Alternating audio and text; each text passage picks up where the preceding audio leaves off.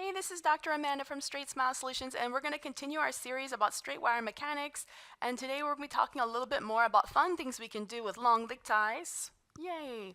So we're going to be talking about lace back or long tie. There's all kind of words for this. Twist tie. So in a nutshell, let's say that hypothetically these teeth were straight, and let's say we had a space here, okay? So I wouldn't be in this flexible wire that I'm in now. This is all hypothetically. And let's say that we were trying to retract only this tooth. So anytime that you're trying to pull one tooth to close a space and you want it to go in a certain direction, like you have this space right here, right? So if I just like throw power chain on here, again, let's say I'm in a heavier wire. This is a hypothetical. Let's say I'm in a 1825 knot tie, the teeth are completely straight, I'm happy with the alignment, and there's a little space right here, and I want to close the alignment. I want to close the space. If I just throw power chain on here, what's going to happen? Well, it's just like if you're playing tug of war, right?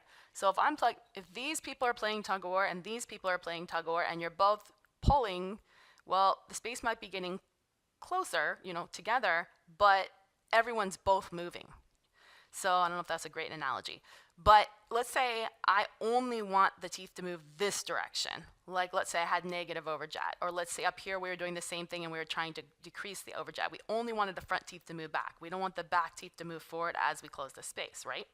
Then you can do something, it's called anchorage. And there's a million different ways to do anchorage, okay? So this is kind of the El Cheapo version. I have a couple other words for it, but I mean, I do use it sometimes, but it's not necessarily my favorite version, but it's called long tie or lace back or long leg tie. So basically what we're doing is now we're bracing this canine against all the back teeth. And you can see there's a tad here, so that's a whole nother conversation.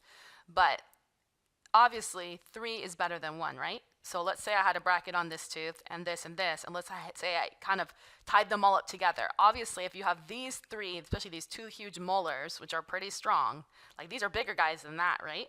If all 3 of these versus that, which one's going to win? Well, they're going to win, and this one's going to come back, and these probably won't slide forward very much, if at all. So that's the theory behind lace backs or long ties. So basically what I do to do that is I go ahead, and again, like I did with my other ones, I might do this outside the field of the camera so I can do a better job, but I'm going to go ahead and use my long leg ties, and you need to really do some twists in between each tooth.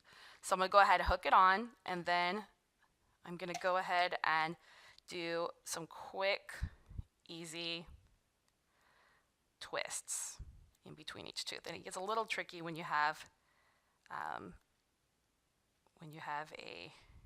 molar tooth there. But okay, so I did one already, and now I'm going to go ahead, just like I did with the leg ties, I'm going to go ahead and grab it. So I did a couple twist backs in between those teeth. I don't know if you can see that. I'm going to go ahead and grab it, and then I'm going to twist it tight. So I'm going to go ahead and do that, and I'll show you what it looks like when I'm done. Now watch out when you're doing this, because you can go in the patient's eye, so make sure they're wearing safety glasses.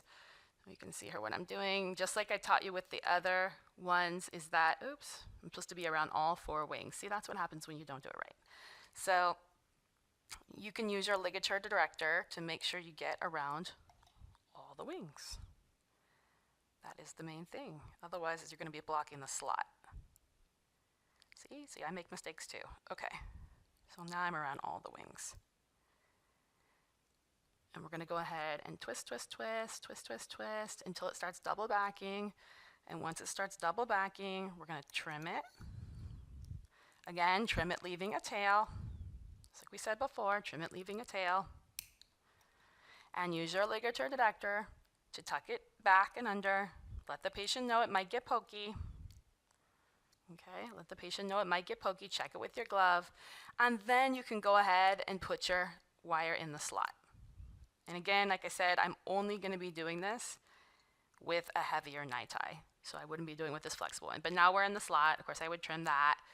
And then I can go ahead and throw my power chain over. And anytime I'm power chaining to an anterior tooth, I'm only going on the distal, okay? I'm not going on the mesial, because what will happen? It will rotate. So, and then you can just put a single tie on the mesial. So that's pretty much it. That's how you lace back or long tie. That's the basics of your basic straight wire mechanics, a million other ways to do it. Got any questions? This is part of our straight wire course, our digital course. If you'd like to take the course, visit straightsmilesolutions.com.